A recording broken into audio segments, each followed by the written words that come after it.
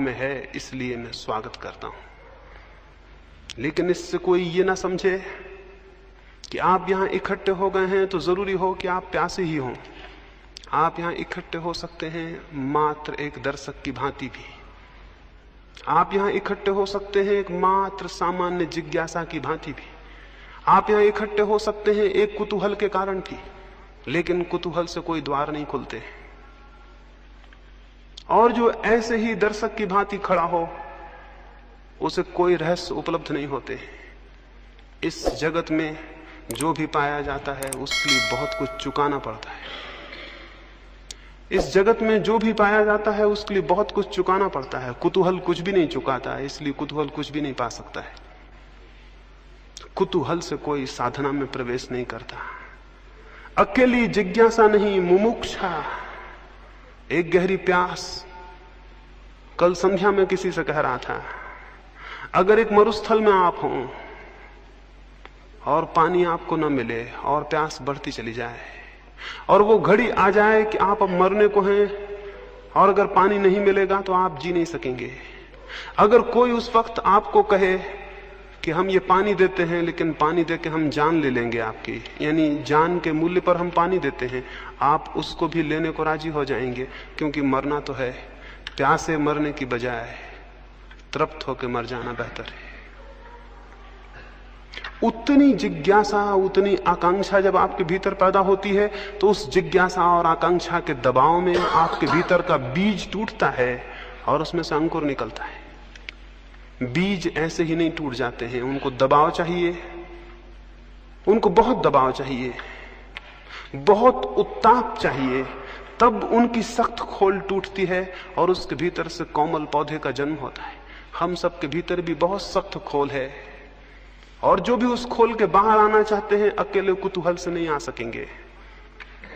इसलिए स्मरण रखें, जो मात्र कुतूहल से इकट्ठे हुए हैं वे मात्र कुतूहल को लेकर वापस लौट जाएंगे। उनके लिए कुछ भी नहीं हो सकेगा। जो दर्शक की भांति इकट्ठे हों वे दर्शक की भांति ही वापस लौट जाएंगे, उनके लिए कुछ भी नहीं हो सकेगा। इसलिए प्रत्येक अपने भीतर पहले तो यह ख्याल कर ले उसमें प्यास है। प्रत्येक अपने भीतर ये विचार कर ले वो प्यासा है। इसे बहुत स्पष्ट रूप से अनुभव कर ले वो सच में परमात्मा में उत्सुक है। उसकी कोई उत्सुकता है सत्य को, शांति को, आनंद को उपलब्ध करने के लिए? अगर नहीं है तो वो समझे कि वो जो भी करेगा उस करने में कोई प्राण नहीं हो सकते, वो निष्प्राण होगा। और तब फिर उस निष्प्राण चेष्टा का अगर कोई फल ना हो तो साधना जिम्मेवार नहीं होगी, आप स्वयं जिम्मेवार होंगे। इसलिए पहली बात अपने भीतर अपनी प्यास को खोजना और उसे स्पष्ट कर लेना है। आप सच में कुछ पाना चाहते हैं,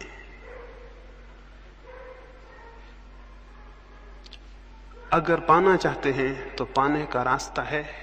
एक बार ऐसा हुआ, गौतम बुद्ध एक गांव में ठहरे। एक व्यक्ति ने उनको आके कहा कि आप रोज कहते हैं कि हर एक व्यक्ति मोक्ष पा सकता है, लेकिन हर एक व्यक्ति मोक्ष पा क्यों नहीं लेता है? बुद्ध ने कहा, मेरे मित्र एक काम करो, संध्या को गांव में जाना और सारे लोगों से पूछ के आना वे क्या पाना चाहते हैं। एक फेरिस्त बनाओ, हर एक का नाम लिखो और उसके सामने लिख लाना उनकी आकांक्षा क्या है। वो आदमी गांव में गया, उसने जाके पूछा, उसने एक एक आदमी को पूछा। थोड़े से लोग थे उस गांव में, उन सब ने उत्तर दिए। वो सांझ को वापस लौटा, उसने बुद्ध को आके वो फेरिस्त दी। बुद्ध ने कहा, इसमें कितने लोग मोक्ष के आकांक्षी हैं? वो बहुत हैरान हुआ, उसमें एक भी आदमी ने अपनी आकांक्षा में मोक्ष नहीं लिखाया था। बुद्ध ने कहा, हर एक आदमी पा सकता है ये मैं कहता हूं, लेकिन हर एक आदमी पाना चाहता है ये मैं नहीं कहता। हर एक आदमी पा सकता है ये बहुत अलग बात है, और हर एक आदमी पाना चाहता है ये बहुत अलग बात है। अगर आप पाना चाहते हैं तो ये आश्वासन माने, अगर आप सच में पाना चाहते हैं तो इस जमीन पर कोई ताकत आपको रोकने में समर्थ नहीं है, और अगर आप नहीं पाना चाहते तो इस जमीन पर कोई ताकत आपको देने में भी समर्थ नहीं है। तो सबसे पहली बात, सबसे पहला सूत्र जो स्मरण रखना है वो ये कि आपके भीतर एक वास्तविक प्यास है। अगर है तो आश्वासन माने कि रास्ता मिल जाएगा, और अगर नहीं है तो कोई रास्ता नहीं है। आपकी प्यास आपके लिए रास्ता बनेगी। दूसरी बात जो मैं प्रारंभिक रूप से यहां कहना चाहूं वो ये है, बहुत बार हम प्यासे भी होते हैं किन्हीं बातों के लिए, लेकिन हम आशा से भरे हुए नहीं होते हैं। हम प्यासे होते हैं लेकिन आशा नहीं होती। हम प्यासे होते हैं लेकिन निराश होते हैं, और जिसका पहला कदम निराशा में उठेगा उसका अंतिम कदम निराशा में समाप्त होगा। इसे भी स्मरण रखें, जिसका पहला कदम निराशा में उठेगा उसका अंतिम कदम भी निराशा में समाप्त होगा। अंतिम कदम अगर सफलता और सार्थकता में जाना है तो पहला कदम बहुत आशा में उठना चाहिए। तो इन 3 दिनों के लिए आपसे कहूंगा, यूं तो पूरे जीवन के लिए कहूंगा, एक बहुत आशा से भरा हुआ दृष्टिकोण। क्या आपको पता है बहुत कुछ इस पर निर्भर करता है आपके चित्त का? क्या आप आशा से भर के किसी काम को कर रहे हैं या निराशा से? अगर आप पहले से निराश हैं तो आप अपने ही हाथ से उस डगाल को काट रहे हैं जिस पर आप बैठे हुए हैं। तो मैं आपको ये कहूं, साधना के संबंध में बहुत आशा से भरा हुआ होना बड़ा महत्वपूर्ण है। आशा से भरे हुए होने का मतलब यह है कि अगर इस जमीन पर किसी भी मनुष्य ने सत्य को कभी पाया है, अगर इस जमीन पर मनुष्य के इतिहास में कभी भी कोई मनुष्य आनंद को और चरम शांति को उपलब्ध हुआ है, तो कोई भी कारण नहीं है कि मैं उपलब्ध क्यों नहीं हो सकूंगा।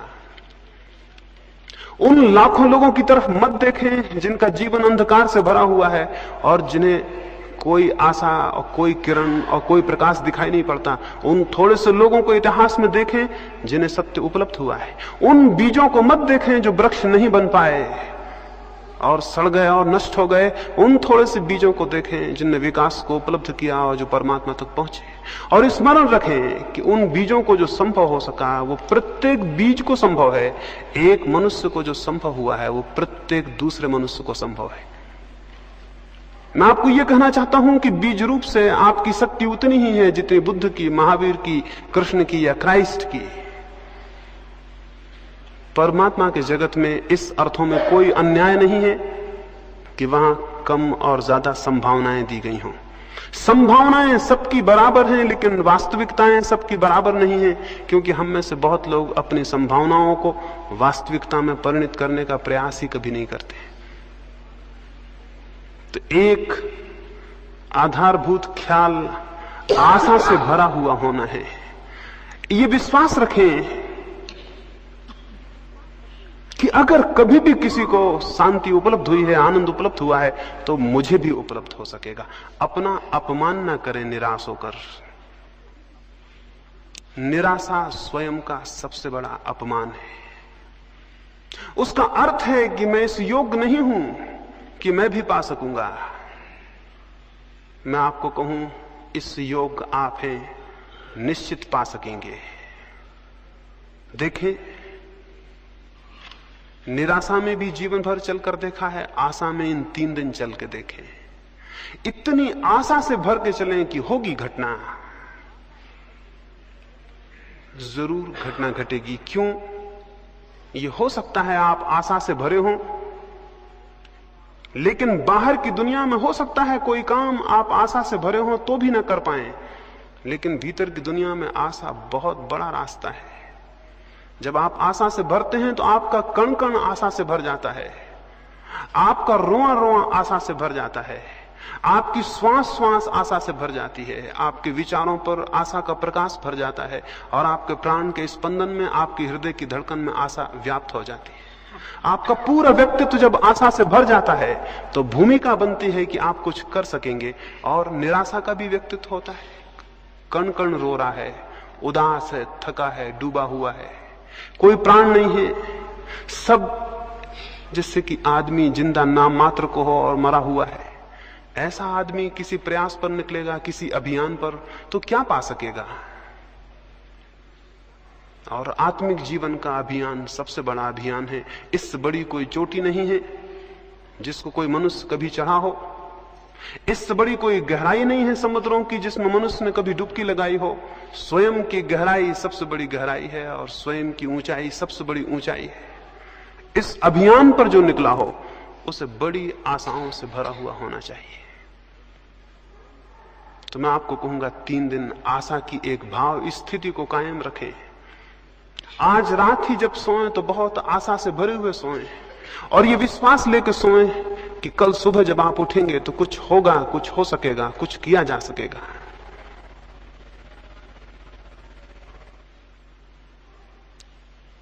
दूसरी बात मैंने कही, आशा का एक दृष्टिकोण।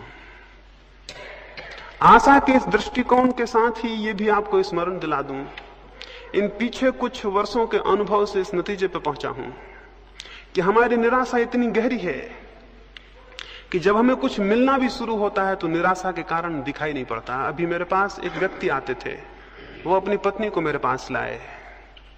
उन्होंने पहले दिन जब वो आए थे तो मुझे कहा कि मेरी पत्नी को नींद नहीं आती, बिल्कुल नींद नहीं आती बिना दवा के, और दवा से भी 3-4 घंटे से ज्यादा नींद नहीं आती। और मेरी पत्नी भयभीत है, अनजाने भय उसे परेशान किए रहते हैं। घर के बाहर निकलती ही तो डरती है, घर के भीतर होती तो डरती है कि मकान ना गिर जाए। अगर पास में कोई ना हो तो घबराती है कि अकेले में कहीं मृत्यु ना हो जाए, इसलिए पास में कोई होना ही चाहिए। रात को सब दवाइयां अपने पास में रख के सोती है कि बीच रात में कोई खतरा ना हो जाए। वो मुझे अपनी पत्नी की ये भय की और निराशा की हालत बताए। मैंने उनको कहा कि ध्यान का ये छोटा सा प्रयोग शुरू करिए, लाभ होगा। उन्होंने प्रयोग शुरू किया। 7 दिन बाद वो मुझे मिले। मैंने उनसे पूछा क्या हुआ, कैसा है? वो बोले अभी कुछ खास नहीं हुआ, बस नींद भर आने लगी है। उन्होंने मुझसे कहा अभी कुछ खास नहीं हुआ, बस नींद भर आने लगी है। 7 दिन बाद वो मुझे फिर मिले। मैंने उनसे पूछा क्या हुआ? बोले अभी कुछ खास नहीं हुआ, थोड़ा सा भय दूर हो गया है। वो 7 दिन बाद मुझे फिर मिले। मैंने उनसे पूछा कुछ हुआ? वो बोले अभी कुछ विशेष तो नहीं हुआ, ये थोड़ी नींद आ जाती है, भय कम हो गया, दवाइयां अपने पास नहीं रखती, और कुछ खास नहीं हुआ। इसको मैं निराशा की दृष्टि कहता हूं। और ऐसे आदमी को कुछ हो भी जाए तो उसे पता नहीं चलेगा। ये दृष्टि तो बुनियाद से गलत है। इसका तो मतलब है इस आदमी को कुछ हो नहीं सकता, अगर हो भी जाए तो भी उसे कभी पता नहीं चलेगा कि कुछ हुआ। और बहुत कुछ हो सकता था जो कि रुक जाएगा। तो आशा के इस दृष्टिकोण के साथ साथ प्रसंगवशात मैं आपसे ये कहूं, इन 3 दिनों में जो घटित हो उसको स्मरण रखें और जो घटित ना हो उसको बिल्कुल स्मरण ना रखें। इन 3 दिनों में जो घटित हो उसको स्मरण रखें और जो घटित ना हो, जो ना हो पाए, उसे बिल्कुल स्मरण ना रखें। स्मरणीय वो है जो घटित हुआ हो, थोड़ा सा कण भी अगर लगे शांति का, उसको पकड़ें। वो आपको आशा देगा और गतिमान करेगा। और अगर आप उसको पकड़ते हैं जो नहीं हुआ, तो आपकी गति अवरुद्ध हो जाएगी और जो हुआ है वो भी मिट जाएगा। तो इन 3 दिनों में यह भी स्मरण रखें कि इन ध्यान के प्रयोगों में जो थोड़ा सा आपको अनुभव हो उसको स्मरण रखें, उसको आधार बनाएं आगे के लिए। जो न हो उसको आधार ना बनाएं। मनुष्य जीवन भर इसी दुख में रहता है। जो उसे मिलता है उसे भूल जाता है और जो उसे नहीं मिलता उसका स्मरण रखता है। ऐसा आदमी गलत आधार पर खड़ा है। वैसा आदमी बने जिससे जो मिला है उसे स्मरण रखे और उस आधार पर खड़ा हो। अभी मैं पढ़ता था, एक व्यक्ति ने किसी को कहा कि मेरे पास कुछ भी नहीं है, मैं बहुत दरिद्र हूं। उस दूसरे व्यक्ति ने कहा कि अगर तुम दरिद्र हो, एक काम करो, मैं तुम्हारी बाईं आंख चाहता हूं, इसके मैं 5000 रुपए देता हूं, तुम 5000 रुपए ले लो, बाईं आंख दे दो। उस आदमी ने कहा ये मुश्किल है, मैं बाईं आंख नहीं दे सकता। उसने कहा मैं 10,000 रुपए देता हूं, दोनों आंखें दे दो। उसने कहा 10,000 फिर भी मैं नहीं दे सकता। उसने कहा मैं तुम्हें 50,000 रुपए देता हूं, तुम अपनी जान मुझे दे दो। उसने कहा यह असंभव, मैं नहीं दे सकता। उस आदमी ने कहा तब तो तुम्हारे पास बहुत कुछ है जिसका बहुत दाम है। तुम्हारे पास 2 आंखें हैं जिनको तुम 10,000 में देने को राजी नहीं हो। लेकिन तुम कह रहे थे मेरे पास कुछ भी नहीं है। मैं उस आदमी और उस विचार की बात आपसे कह रहा हूं जो आपके पास है, उसको स्मरण रखें, और जो साधना में मिले थोड़ा सा, रत्ती भर भी मिले, उसे स्मरण रखें, उसकी विचार करें, उसकी चर्चा करें, उसके आधार से और मिलने का रास्ता बनेगा, क्योंकि आशा बढ़ेगी। और जो नहीं मिला, एक महिला मेरे पास आती थी, पढ़ी लिखी हैं, एक कॉलेज में प्रोफेसर हैं, संस्कृत की विद्वान हैं। वो मेरे पास आती थी, एक 7 दिन का प्रयोग चलता था ध्यान का, उसमें आती थी। पहले दिन वो प्रयोग करने के बाद उठी और बाहर जाके मुझसे कहीं क्षमा करें, अभी मुझे आज कोई ईश्वर के दर्शन नहीं हुए। पहले दिन वो प्रयोग किए और बाहर जाके मुझसे कहीं क्षमा करें, अभी मुझे कोई ईश्वर के दर्शन नहीं हुए। मैंने कहा अगर ईश्वर के दर्शन हो जाते तो ही खतरे की बात होती, क्योंकि इतना सस्ता जो ईश्वर मिल जाए उसे फिर शायद आप किसी मतलब का भी ना समझते। और मैंने उनसे कहा कि जो ये आकांक्षा करे कि वो 10 मिनट आंख बंद करके बैठ गया है इसलिए ईश्वर को पाने का हकदार हो गया है, उससे ज्यादा मूढ़तापूर्ण और कोई वृत्ति और विचार नहीं हो सकता। तो मैं आपसे ये कहता हूं कि जो थोड़ा सा भी शांति की किरण आपको मिले उसे आप सूरज समझें, इसलिए सूरज समझें कि उसी किरण का सहारा पकड़ के आप सूरज तक पहुंच जाएंगे। इस अंधकार से भरे कमरे में अगर मैं बैठा हूं और एक मुझे थोड़ी सी किरण दिखाई पड़ती हो तो मेरे पास 2 रास्ते हैं। एक तो मैं ये कहूं ये किरण क्या, अंधकार इतना घना है, इस किरण से क्या होगा, अंधकार इतना ज्यादा है। एक रास्ता ये भी है कि मैं ये कहूं कि अंधकार कितना ही हो लेकिन एक किरण मुझे उपलब्ध है, और अगर मैं इसकी दिशा में इसका अनुगमन करूं तो मैं वहां तक पहुंच जाऊंगा जहां से किरण पैदा हुई और जहां सूरज होगा। तो मैं आपको अंधकार ज्यादा हो तो भी उसे विचार करने को नहीं कहता, किरण छोटी हो तो भी उस पर ही विचार को खड़ा करने को कहता हूं। इससे आशा की दृष्टि खड़ी होगी, अन्यथा हमारे जीवन बड़े उल्टे हैं। अगर मैं आपको एक गुलाब के फूल के पौधे के पास ले जाऊं और आपको पौधा दिखाऊं तो शायद आप मुझसे कहें कि इसमें क्या है, भगवान कैसा अन्यायी है, 2-4 तो फूल हैं, हजारों कांटे हैं। एक दृष्टि ये भी है कि गुलाब के पास जाके हम ये कहें कि भगवान कैसा अन्यायी है, हजारों कांटे हैं, कहीं एक आध फूल है। इसको कहने का एक ढंग और भी हो सकता है, एक दृष्टि और भी हो सकती है, एक और अप्रोच हो सकती है कि कोई आदमी उसी पौधे के पास जाके ये कहे कि भगवान कैसा अद्भुत है कि जहां लाखों कांटे हैं उनमें भी एक फूल खिल जाता है। कोई इसे यूं भी देख सकता है कि कहे कि जहां लाखों कांटे हैं उनमें भी एक फूल खिल जाता है, दुनिया अद्भुत है। कांटों के बीच भी फूल के खिलने की संभावना कितनी आश्चर्यजनक है। तो मैं आपको दूसरी दृष्टि रखने को कहूंगा इन 3 दिनों में। छोटी सी भी आशा की जो भी झलक आपको मिले साधना में, उसको आधार बनाएं, उसको संबल बनाएं।